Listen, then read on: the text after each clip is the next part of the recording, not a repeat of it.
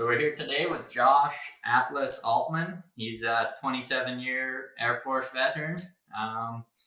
Doesn't look a day over 30, so I'm not sure how that's possible. But now he now he coaches people in leadership, best-selling author, and just a really genuine dude. I met him a couple months ago in Scottsdale. We were at a speaking conference and hit it off. Thought he'd be a perfect guest to have on and talk to us about leadership a little bit.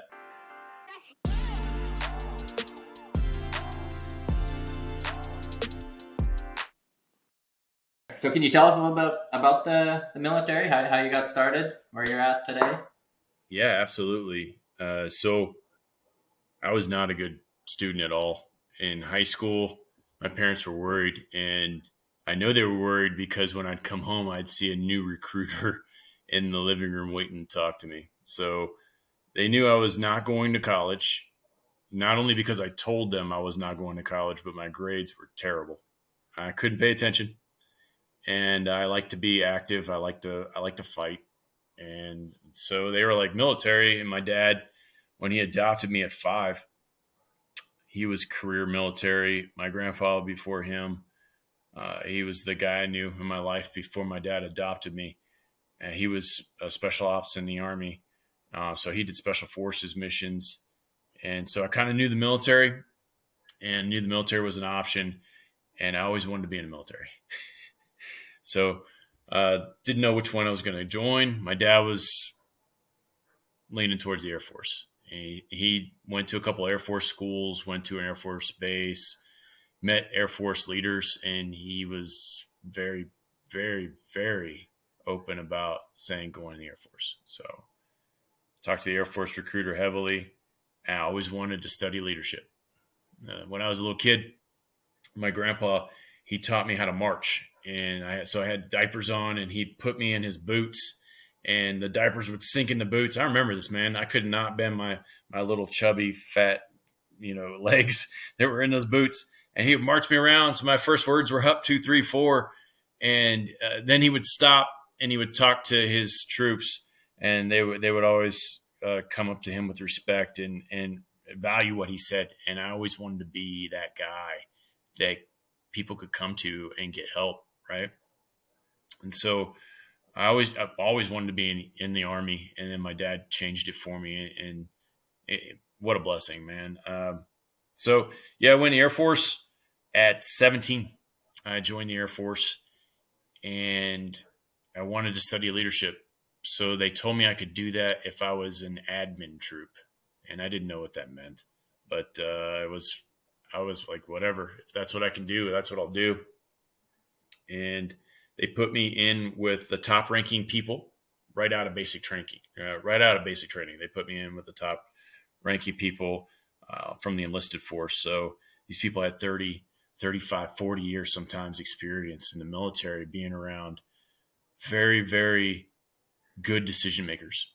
And they imparted a lot of wisdom on 18-year-old, Airman Aultman. And I went to college. And I started going to college, and I started getting good grades, and I started liking what I did, and the people that I was around changed my outlook on life and education. And being around leaders, I learned a lot of things early, and one of them was self-education. Getting better is super important, because you have to be whole before you can help somebody else become whole. And I saw that up to the 4-star level when I was enlisted. And email was new. Shane, email was new, man, when I was a little baby airman. People didn't know what email was. So I was in the 4-star's office, and he would get emails, and I would fix his computer. And what that looked like would be like getting the emails and printing them out and putting them in a binder so he could read the emails. And then he would write on the emails, and his exec officer would write on the emails, and then sometimes I would help reply to the emails, but a lot of times it was just putting stuff on a computer, and they made me the computer guy, and I did the websites. And one of the emails that I read while I was doing all this stuff said that, the general had authority to send someone to college. So, I said, hey, boss, is this something I can apply for? And he's like, yeah. So, right time, right place. And he put me through college. And I went to West Virginia to play football there. Ended up drinking a lot and partying, and realizing that I could study and party, but not study, party, and football. So, knocked out the football thing. And my buddy was like, yeah, dude, you probably made the right choice, because if you would have got hurt, you'd lose your scholarship. So I don't regret that at all. And from there, I went on to bring C-17s into Hawaii. That was a terrible assignment.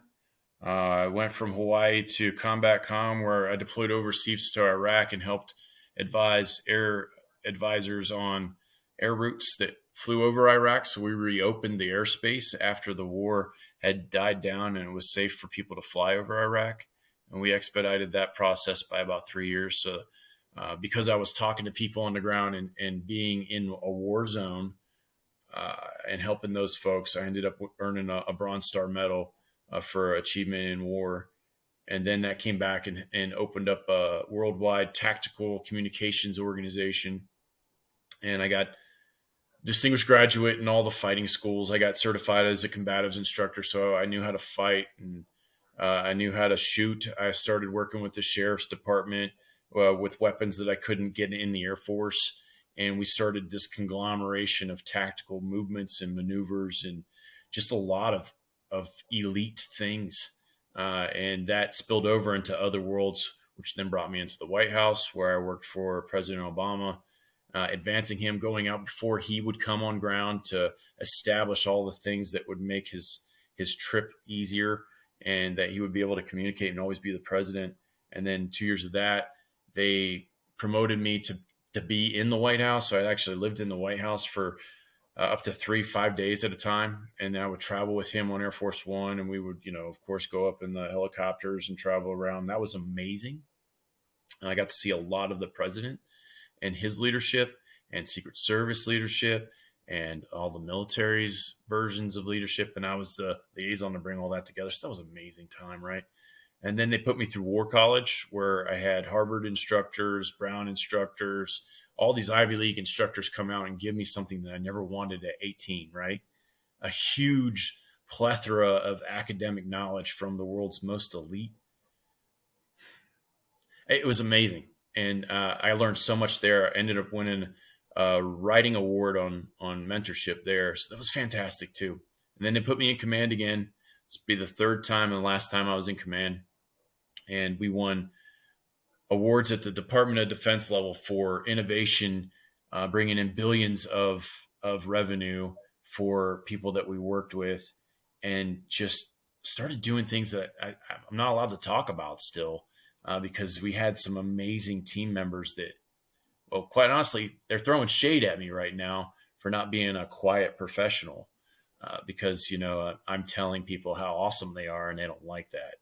But anyways, aside from that, I went back into special operations, which is where I started in Iraq, and started working in Joint Special Operations Command. And then some units that were there are very, very awesome and elite.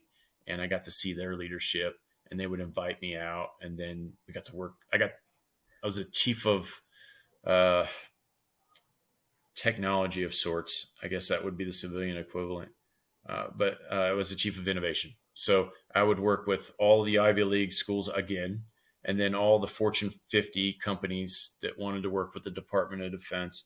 And we had, I can't even tell you how much money, I think that's classified, but we had a lot of leverage there. And it was fantastic to see all that. And then from there, I went out to Afghanistan and started the closure process to get us all out of Afghanistan. I worked with Canadian Special Forces. I worked with a lot of Canadian Special Forces. I worked with Latvian. I had international Special Forces working for me, and that whole experience was awesome.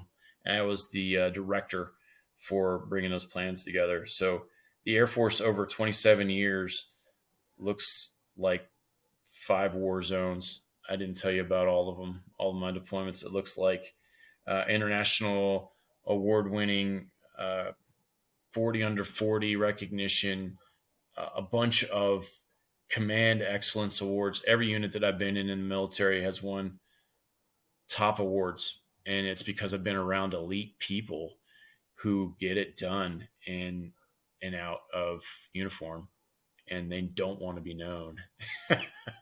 So they quite frequently get mad. What out of all the awards, what's the most meaningful for you? Yeah, there's a lot of really meaningful ones. The international award that I got for leadership was recognizing the top 40 in the world under 40 years of age, and that was after we had just delivered a ton of game changing things to a lot of high powered individuals, and the recognition that came out of that on the international stage was probably the highlight of my career, because it recognized my time at the White House, my time in special operations, my time in combat communications, my time in command. And it culminated all of my career. And I was like, well, there's not really much more I can get out of this recognition wise. And I love making recognition happen for those that make work happen. So that kind of fueled a lot of social proof. Like if I'm saying something good about a guy or a girl, then they're top tier, and that helped out a lot.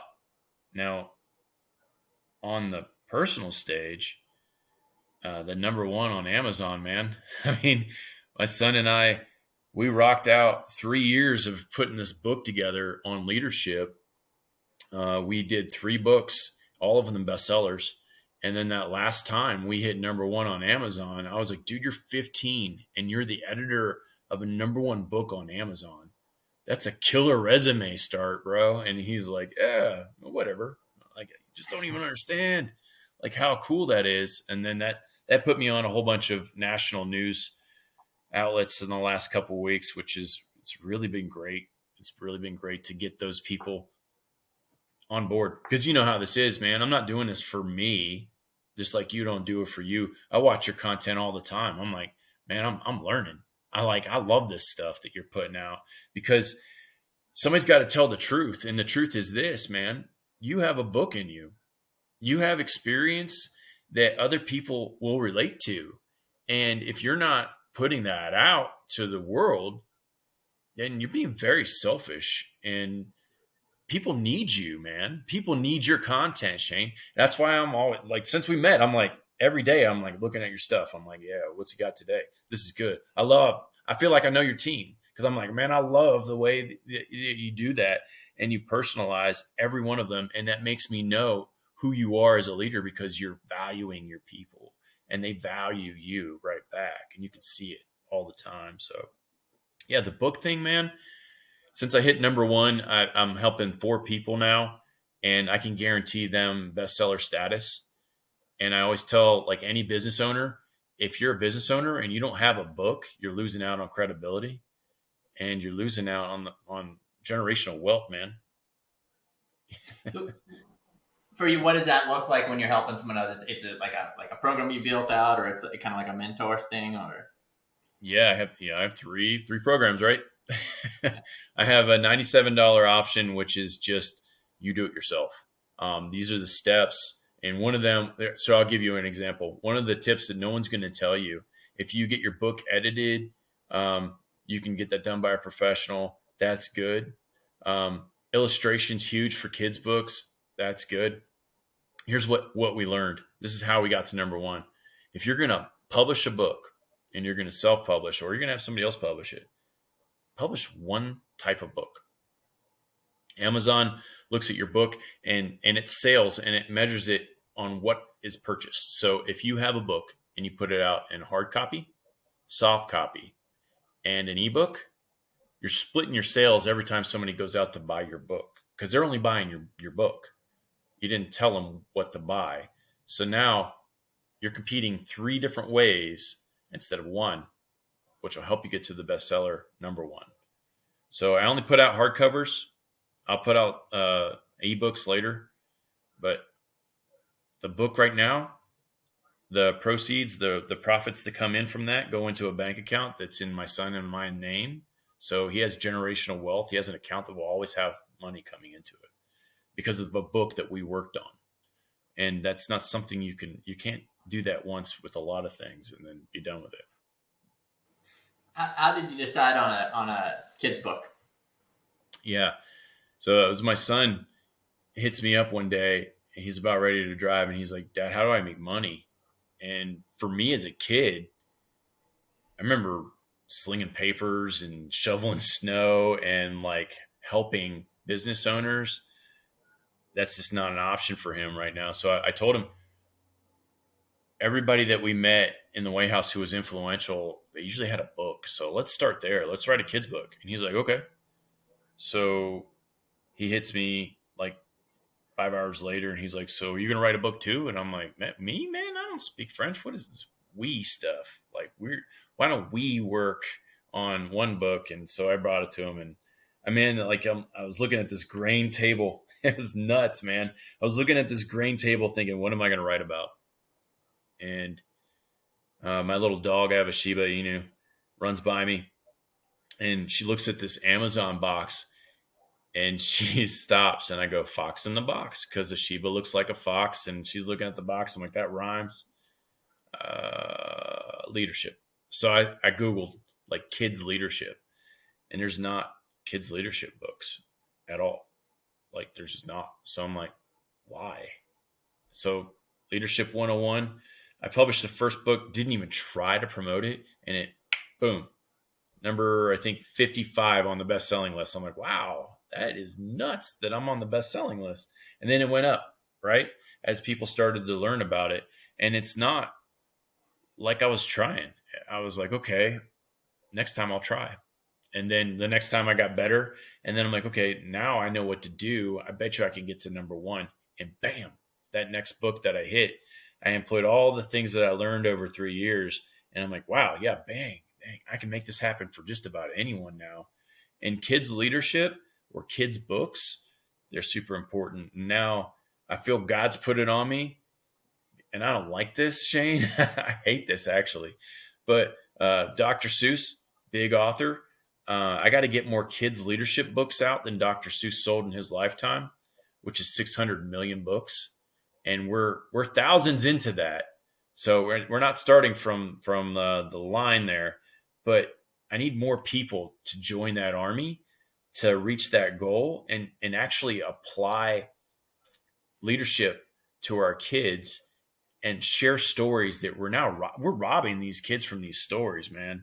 All the time, these kids could be getting leadership lessons from us at the dinner table, at bedtime, and they ask questions way more than adults, hundreds of times more than adults. And that is a great time for you to sharpen your skill as a leader. Look, man, I'll tell it to you this way. A lot of people think that the reason why teachers teach is because they can't do, and it's just the opposite when it comes to writing. You have to be able to do before you can teach. And you get yourself to a simplified message whenever you do that in a kid's book. If you can explain it to a kid, you can explain it to anyone because you've narrowed it down to the most simplest form, your signature talk, if you will. And that will get you more attention than trying to be complex and say it's complicated. It's not really that complicated. Your stories are your stories. Your wins are your wins. So, So would your plan be like you would want people to come when you talked about more people getting involved? It's helping other people write books, or it would be under your umbrella, or yeah. So anyone that comes in, like even the $97 package is the entry level, right? You're gonna be able to do that. You can do it in yourself. Probably 2 months. You can go through the whole process, and bang, you'll have a bestseller. And then at the end of that day, whenever you get your book sale numbers, you just do a quarterly update like we're doing with Stages, right? Quarterly update. How many books did you sell? And I just add that to my number. And over 5 years, I think we're going to be able to beat it. Because the only thing Dr. Seuss didn't have that we do now is ebooks. And if you want to publish an ebook, dude, there's no overhead. You don't have to worry about a printer. you can just get that book out there and then immediately it's ready to go. And then you'll start making that money immediately. And those sales will come in. We're going to be at $1 million by the end of the year, guaranteed. So, my $3,000 package right now, I'm holding off on my $5,000 package. My $3,000 package is a month or is a weekly session with everyone who's going through the process. And then the questions that come out of that, right? They're not questions that I'd ever think about because I went through the process and I experienced it different than everyone else is going through the process. But I can point them in the right direction and be like, that's a great question. Now let me answer that with 3 or 4 things that you can do. And they're real easy things. Most of the time, the answers are just straightforward as you would expect. But yeah, my $5,000 package though, that's 30 days, man. 30 days guarantee a bestseller. The book will be out. You can hold it in your hands and you will be able to put that just like doctor in front of your name, bestseller after your name on LinkedIn, anywhere else you need social proof. Because when you're a bestseller, dude, you walk in the room, you're the expert. You're the bestseller. For me, I'm a bestseller in leadership. So does it have to be kind of on leadership, or if someone comes with a totally different idea, you can help them get there? Yeah, this is where it's really good. So the reason why I picked leadership and probably why there isn't a category for leadership is this. Everything that you teach a kid is leadership. You as a parent are their leader. So if you have something that's a life lesson, you're leading them towards a better life. If you have something that's a funny story, you're leading them towards a more meaningful, enjoying life.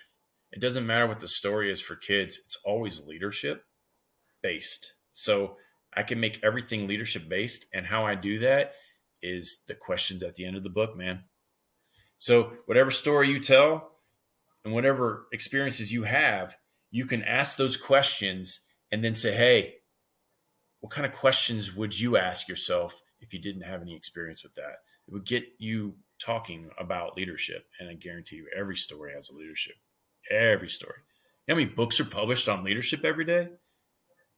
Like they outnumber the amount of leaders 10 to 1. And they outnumber the amount of good leaders 1,000 to 1. So there's tons of leadership books out there because everyone applies the principle on the adult side to things that are just absolutely crazy. I won't even name some of the titles of books that I've read where I'm like 2 chapters in, I'm like, this is not something I'm going to read. For you, when you were learning to be a good leader or learning leadership, does the military give you did they kind of have a set template on it, or is it more dependent on the person that's above you, kind of fostering that in? Yeah. So in the United States military, you have rank structures where they hit you with leadership about every 3 or 4 ranks. So you'll go to a school. The first one is Airman Leadership School. It's, I think, 6 weeks long. And then you go through the study of leadership and then leadership styles. They go through some other things. They go through Simon Sinek. I don't like that guy at all. I think I've told you that before. His approach is, okay, so he's a failed student out of law school. He was doing marketing when he hit the TEDx stage. And then he applied a great marketing strategy that people then applied to leadership. Perfect example of what we just talked about.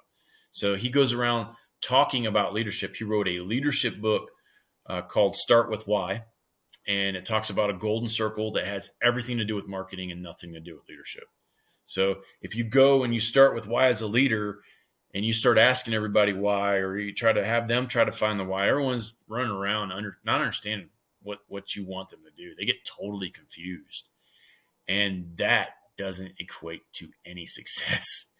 So they showed us the video, which is the most watched TED Talk.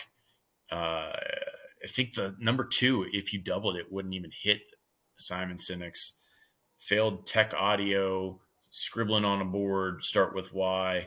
Everyone should know these things. And people then use that as a crutch to not do work.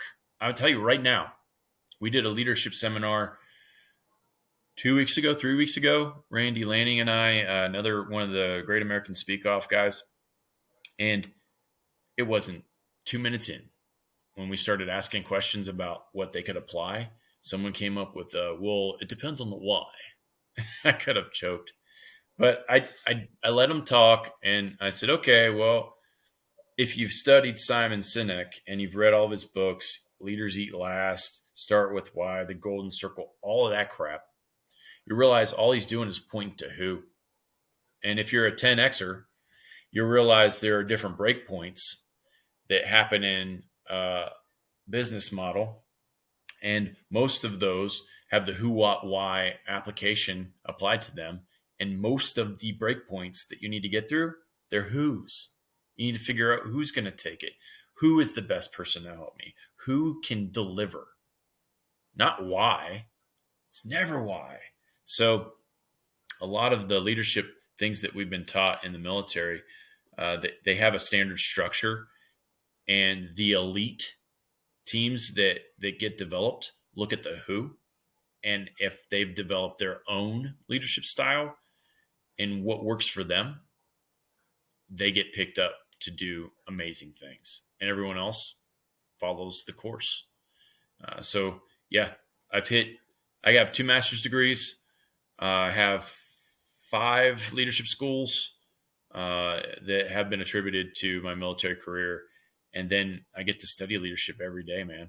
Every day is a leadership study. So I like to call I know this is kind of ridiculous, but I like to call it being a student of awesomeness, because whenever I see awesome, I just write it down in my notebook and I'm like, yes. And I took all those notes and put it in a book that's about to be published 2 months from now. Yeah. And so that one will be a bestseller too. It will be. I actually hired a couple more people this time to help me out. So similar to what we do in the self-growth path, I look for people who are amazing at this. And I found an agency that guaranteed me bestseller status in leadership, which that's just a hard one to get bestseller status in for adults. So, and then I take all of the theories and I can spell that out for you. But I take all the theories that I learned at the White House, and while being invited onto special operations teams, like the actual people who did the mission, they would bring me out and say, hey, how can I do it better? And I would give them advice, pairing technology with the people, and they would win at great scales. And that wasn't just American teams. That was multinational teams would ask me to help them out with these things. And I was the who in that situation. My book talks about all of those. It talks about elite CEOs that run really, really major world-changing organizations. I got to study them when they come out and give presentations or tell us about a new satellite that they were launching. I'm not telling you who it is, obviously. You can probably figure it out. But I get to study these people because I was in very elite teams throughout my career. And I placed myself there so that I could study leadership from a very young age. I went from the highest level of enlisted leadership to a 4-star general, to major life-changing things in Hawaii, to humanitarian missions, to opening up a 17 to 70,000 person organization with billions of dollars that I had to manage and make sure it get into different places. All of this stuff, I got to watch leaders do decision making and how that works. And I found the secret, man. It's in my book. And the secret looks like this: really easy. Everyone asks this question in this order: how much is it going to cost? So whenever you get an advertisement, they don't tell you, right? Because they know that's the first question. And then the second question is, how much time is it going to take? And then the third question is, who's going to do it? And they always ask in that order. That's how we're all conditioned to think. But when I was on these elite teams, they went the opposite way, man. It took me weeks to get into some of these organizations, years into some of these other organizations. And it's because they were looking for the right people. And they asked the questions backwards. They say, who's going to do it? How much time does that person need? And how much money do they need to fuel whatever it is that they're doing? And when you ask in those questions in those orders, if you ask who's going to do it, how much it's time it's going to take and how much money, they're going to save you time and money every time. It's picking the right person every time. So the 10x bridges and all the stuff that's absolutely true. And I've seen it. I've seen it break at billions, 5 billion, 10 billion, 15 billion, 20 billion. I've seen it break because they didn't pick the right who. And then they go back, find the right who, and spend a lot more money and time getting to where they needed to go in the first place. So on the who, do you think that somebody has to be a leader, or do you think that's a learned thing? Like you can learn it. Like, could you teach the person who's at the break point how to be a leader and help them, or is it always the person the who? Yeah, man. So I know I gave you some very raw feedback on some of the CEOs that I was helping, and the reality is I'm no different. So I believe that I can do everything better than anyone else. When it comes to my business, I know what I need to do to get that person to the next level of leadership because I've seen it, right? And then for me to bring somebody else in and be like, hey, this is Joe X, right? Joe X needs this. And then they do a different assessment and they go, no, he doesn't. He needs this. And I'm like, no, you didn't listen. We've all been there, but anyone can learn leadership models as applied to a different level. And they need to. They absolutely need to. And it's an everyday thing. If you're not growing as a leader, you're not ever going to get to the next level. And that's a fact. It's been documented everywhere from the Bible to statistics. It's a fact. If you're not growing yourself, you're not going anywhere. There's another phrase that I just recently came up with, and it's based off your network. So the commonality is, you're the average of the top 5 people that you hang around, and that's not true today. It's the top 5 people that you hang around, and whoever's in your browser history, whoever's in your Instagram, your Facebook, whoever you're watching influences you. That's why they're called influencers. So even though I'm not shaking your hand, Shane, I'm watching your stuff every day, and you're influencing my life and my decisions because of the power that you possess to do that. And I allow it because I like what you're doing. I like how you lead. I like how you communicate. I like who you are, and people buy you, right? So the phrase goes like this. It's shaking hands, man. The more hands that you shake, the more difference you can make. And you don't have to do it virtually, but it sure helps if you are. Pick those people you want to be like, start watching them, start consuming their concept. You're going to see stuff rub off, like mannerisms, man, clarity, how you posture yourself whenever you're communicating. I mean, all the stuff, man. What I pull from you is I know you prepared for that message. I know you're delivering it in a very short timeline so that it gets through. I know that you're the expert. And I trust the information because I get to watch you every day deliver it. And it's always on point, brother. It's always on point. Love it. Love the feedback. So for you, who would be the top 5 leaders? Who are you looking at? Oh yeah, man. So Jesus, number 1, Jesus, man, always. So I study Jesus religiously. My book is based off of Jesus' leadership principles. And it looks like this. Jesus picked who's, man. Like he went out into the world and said, you got to be a fisher of men. What do you think I'd do as a leader? I'm looking for the right person to be in the right place so they can deliver the right message and make the right impact. I'm looking for the right thing at the right time to make the right difference. That's Jesus, man. So I love the Bible. The Bible teaches us a lot. The parables that a lot of people talk about in business is you have 3 people, right? One person gets one of the gold chunks. Let's just call it. I'm going to change the whole story. I'll make it mine. So there's 3 people. A king's getting ready to leave.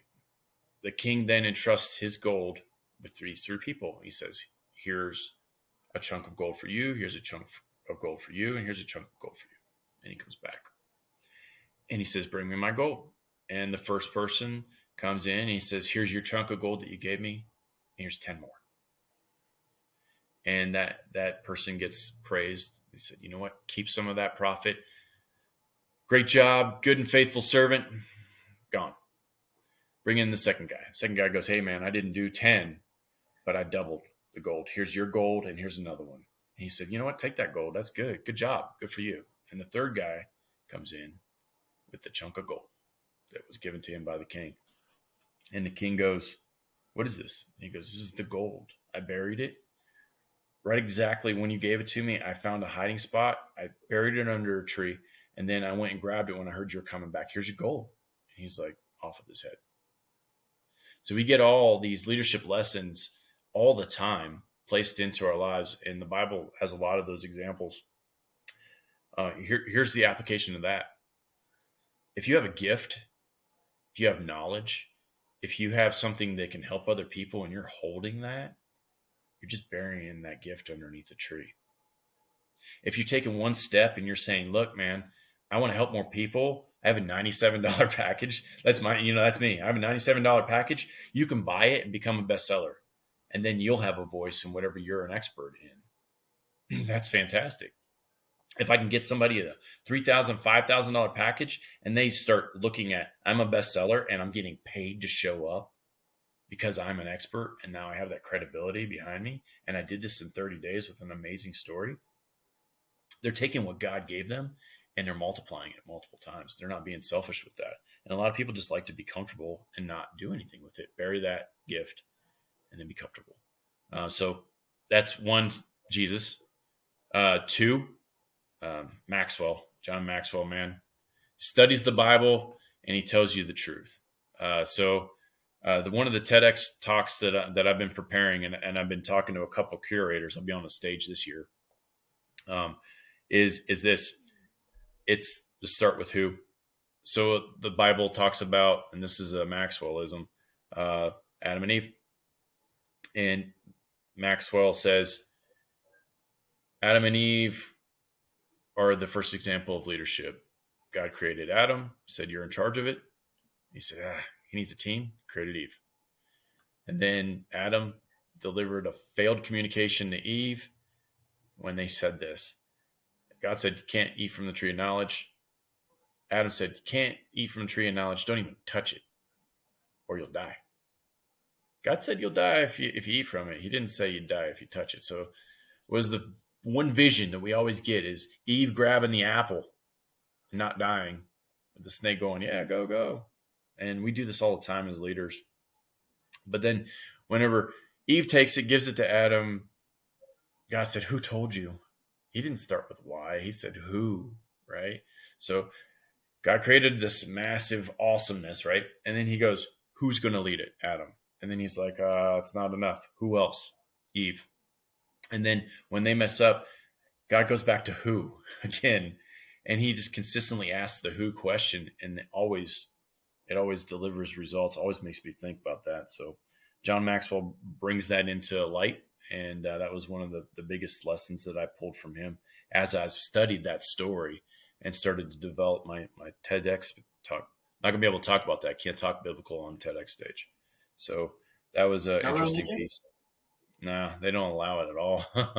So I have all of that backed up with statistics and White House and special operations stuff. So I have no worries there. But that's a really good leader. I also like. There's a lot of them. But personal leaders. There's a guy right now I'm working for, and he asked me for a lot of advice. And his name is AJ Molinex. He goes by Rev. He loves people. Just loves people. Like he does everything for people, nothing for himself. And people like to call that a lot of things. I like to call it excellent leadership. But he looks at everything holistically from the team's perspective, and that just doesn't happen anymore. So I think he's a fantastic leader. but we don't promote those type of people.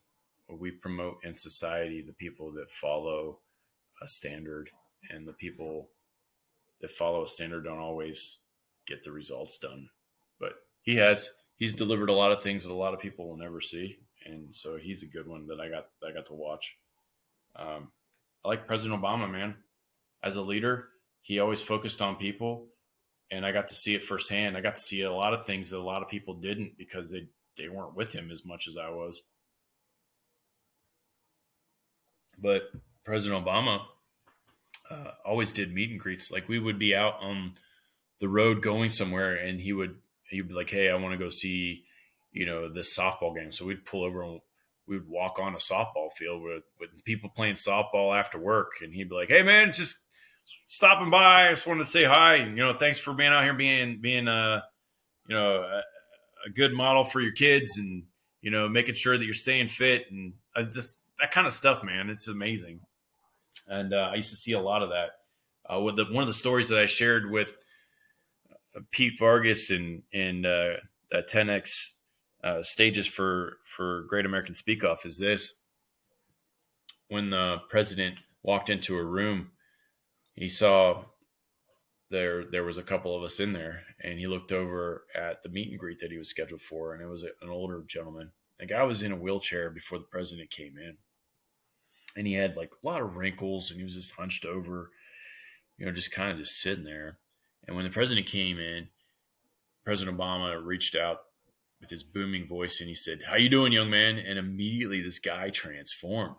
His wrinkles came off of his face, and his shoulders rocked back, and he was a young man for a split second.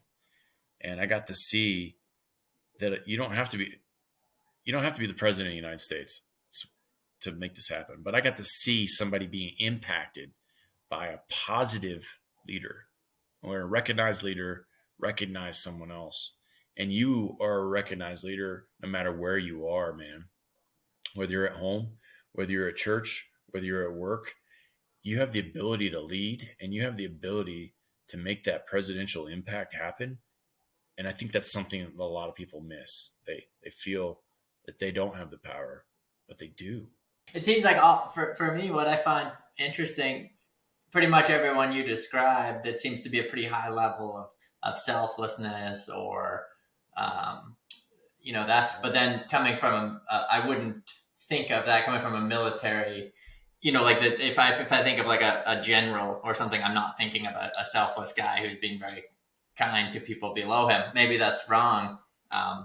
What would you think is that like a important part of being a leader, or what are kind of the qualifications? Well, I think the most important part of being a leader is communication. The best leaders that I've seen have always been able to communicate effectively. And if you don't do that, it looks really bad. And you have to continuously go back to the drawing board and explain what you should have been able to explain the first time. So communication is huge.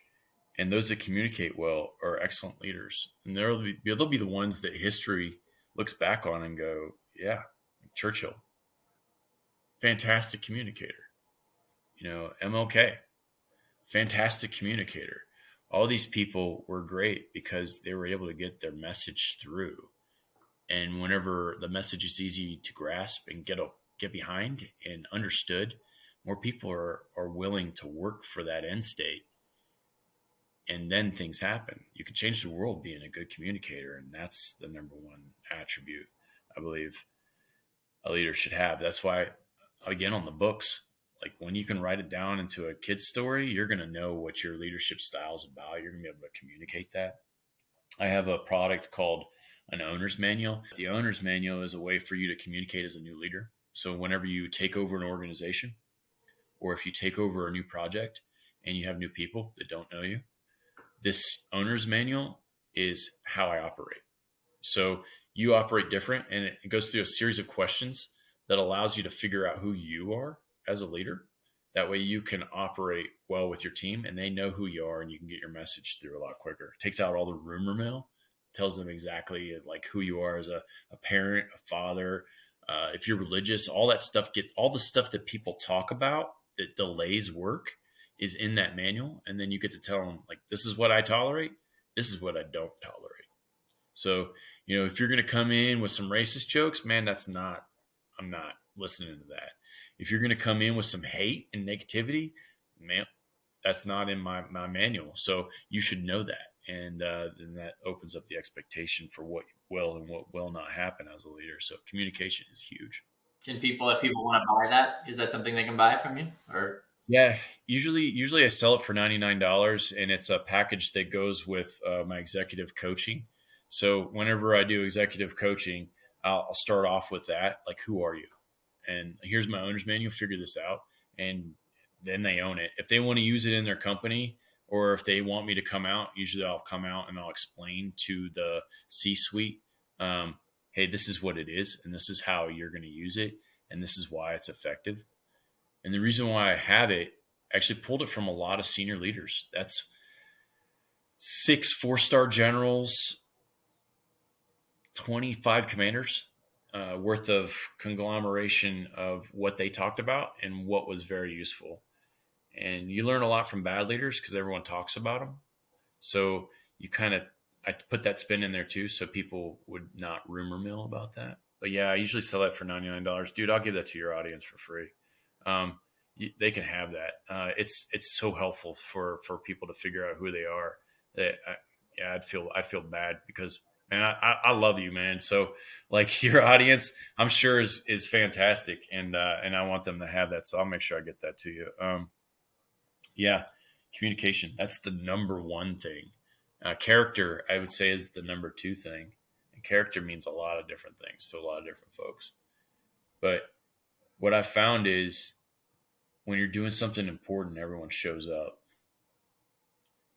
And they'll show up for a period of time until it usually becomes hard for them to get to that next level. And then they'll take a break, and that defines their character. And so good leaders are able to transform that into something that's continuously productive by being the character model and showing up every day to make sure that the mission or whatever the objective is gets done. And the story that goes along with that is really fun. It's a NASA story.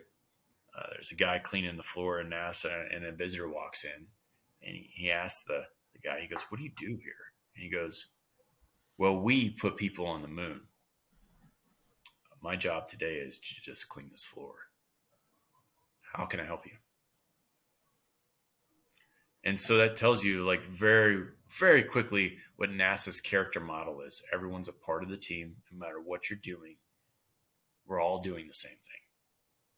And that comes from leadership, man. Like, leadership delivers that message. The little, what is the little bottle of hot sauce? You know what I'm talking about? A little Tabasco? Tabasco. Yeah. Have you heard that story? No, let's hear it. So, Tabasco, for the longest time, had that bottle. You had to shake really hard to get all the Tabasco sauce out. And they opened up the character model of the company and said, "Hey, everyone's an owner.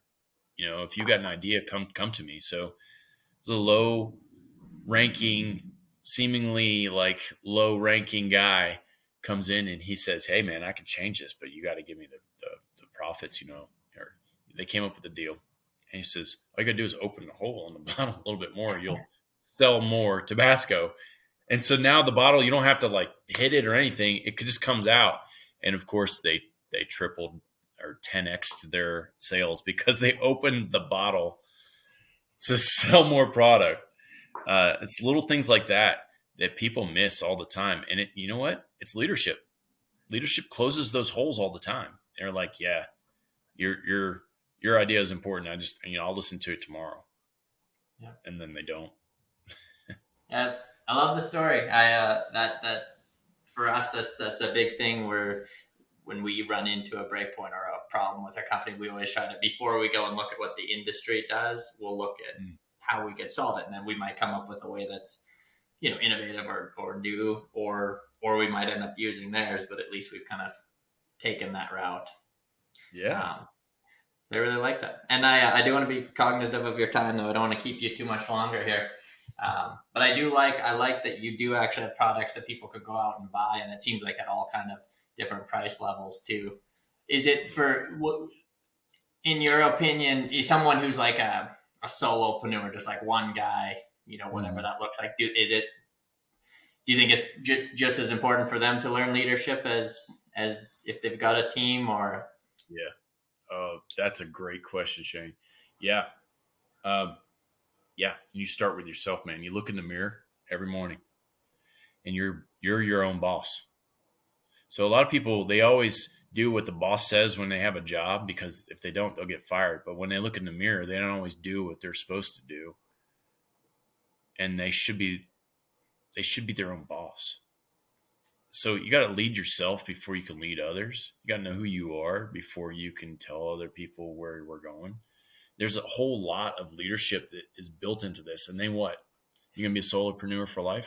That's pretty selfish. You're going to have a team eventually. And if you don't have three people, like I have six. I have six people. They all know me very well, right? Every one of them has a specific job. And if they ever want a different job, they know they can come to me and ask. And I'll ask them this question: who are you? And what are you going to bring to this? Because if you've really considered it and you think you can do it, I'm gonna let you try.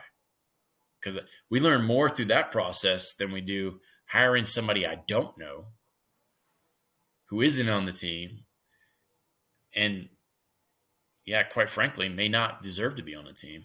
And as a solopreneur, like, we all do this, man. We start off doing everything, and then we hire somebody, and we're like, well, this is a lot better if you hire the right person.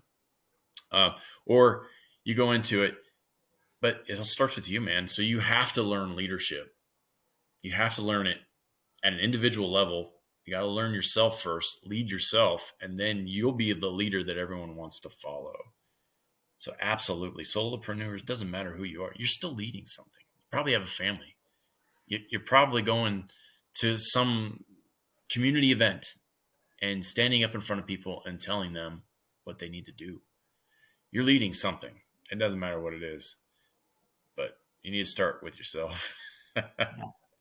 Oh, that's awesome. Well, I love it, and like I said, I hope people go check out your products. For me, the whole spending money on personal development stuff has always been huge. It's always hard to do it when you do it, and it's always turned out well. I met you through it. I met Yeah. you go to things, you meet people. It's yeah, so I'm a big proponent of that for sure. Yeah, your network is your net worth, man.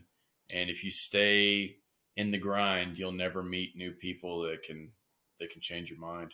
Yeah, so we'll throw links in the bio for all your stuff. Is there anything you want to tell people? When's the new book coming out, and where can they get your other stuff? Yeah, so my new book will be out next month. It had to go through Department of Defense security and clearance to make sure there was no mission classified tactical information in there, and it cleared it recently. So I just had the cover redone, and that'll be out probably 4 or 5 weeks.